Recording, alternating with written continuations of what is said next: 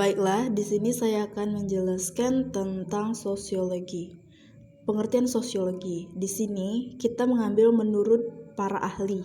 Yang pertama yaitu Bitinib Sarakin. Dia membagi sosiologi menjadi dua pengertian. Yang pertama, sosiologi adalah ilmu yang mempelajari hubungan timbal balik antara gejala sosial dan non-sosial.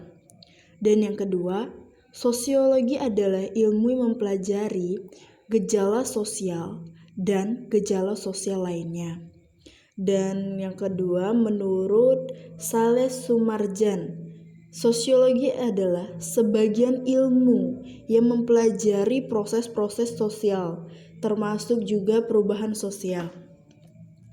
Nah, secara umum, sosiologi mempelajari tentang masyarakat, mempelajari semua hal yang terkait di dalam masyarakat. Selanjutnya, karakteristik. Di sini karakteristik dibagi menjadi 5. Yang pertama, sosiologi adalah ilmu sosial. Kajian sosiologi ini tidak mengkaji tentang ilmu alam atau kajian-kajian yang memang tidak ada hubungannya tentang kajian sosial yang ada di dalam masyarakat. Dan yang kedua, bukanlah ilmu yang bersifat normatif, tetapi ia ilmu yang bersifat kategoris. Maksudnya adalah mempelajari hal-hal yang sedang terjadi. Yang ketiga, yang bersifat empiris, karena sosiologi itu mempelajari hal-hal yang benar-benar terjadi di dalam masyarakat, bukan hayalan atau mitos. Keempat, ilmu yang bersifat umum, bukan ilmu yang bersifat khusus. Maksudnya, pada dasarnya, sosiologi itu mempelajari semua hal yang ada di dalam masyarakat, mulai dari ekonomi, kesehatan, politik, budaya, dan pendidikan. Dan terakhir, yang kelima, ilmu yang bersifat abstrak, bukan konkret. Selanjutnya, ciri-ciri dari sosiologi. Pertama, sosiologi bersifat empiris. Yang kedua, sosiologi bersifat teoritis. Yang ketiga, sosiologi bersifat kumulatif. Dan yang keempat, sosiologi bersifat non-etis. Kajian dari sosiologi, sekelompok masyarakat yang dapat dikatakan sebagai sekelompok masyarakat, yaitu 1. Terdiri dari sekelompok orang.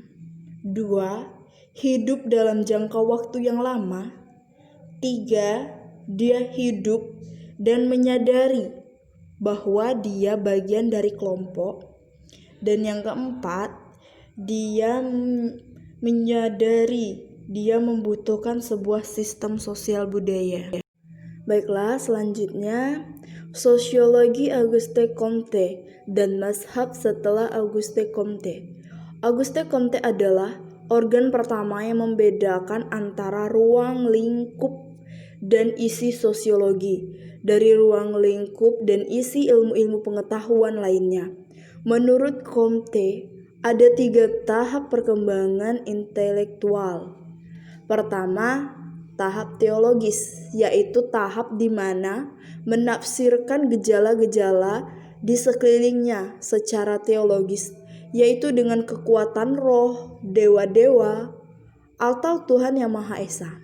Kedua, tahap melaksik, yaitu manusia menganggap bahwa dalam setiap gejala terdapat kekuatan-kekuatan atau inti tertentu yang pada akhirnya akan dapat diungkap.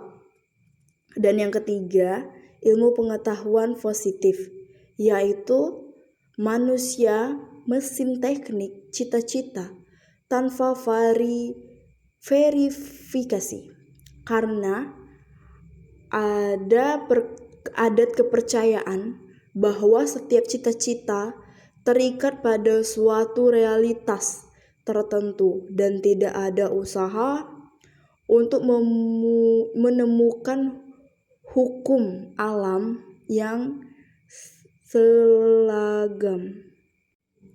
Hal yang menonjol dari sistematika Comte adalah penilaiannya terhadap sosiologi yang merupakan ilmu pengetahuan yang paling kompleks dan merupakan suatu ilmu pengetahuan yang akan berkembang dengan pesat sekali.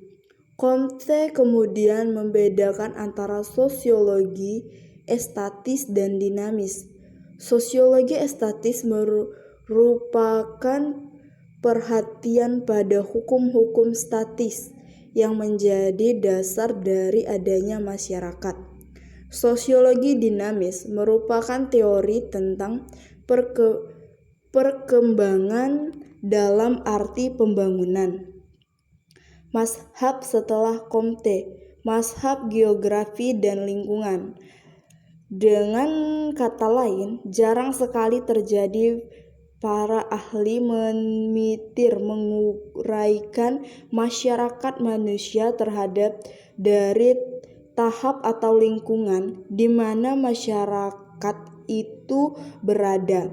Teori yang termasuk mazhab ini ajaran-ajaran dari Edward Bushley yang berasal dari Inggris pada tahun 1821 sampai 1862 dan Leviault dari Prancis pada tahun 1806 sampai 1888. Dalam karyanya History of Civilization England, Bush meneruskan ajaran-ajaran yang sebelumnya tentang pengetahuan keadaan alam terhadap masyarakat.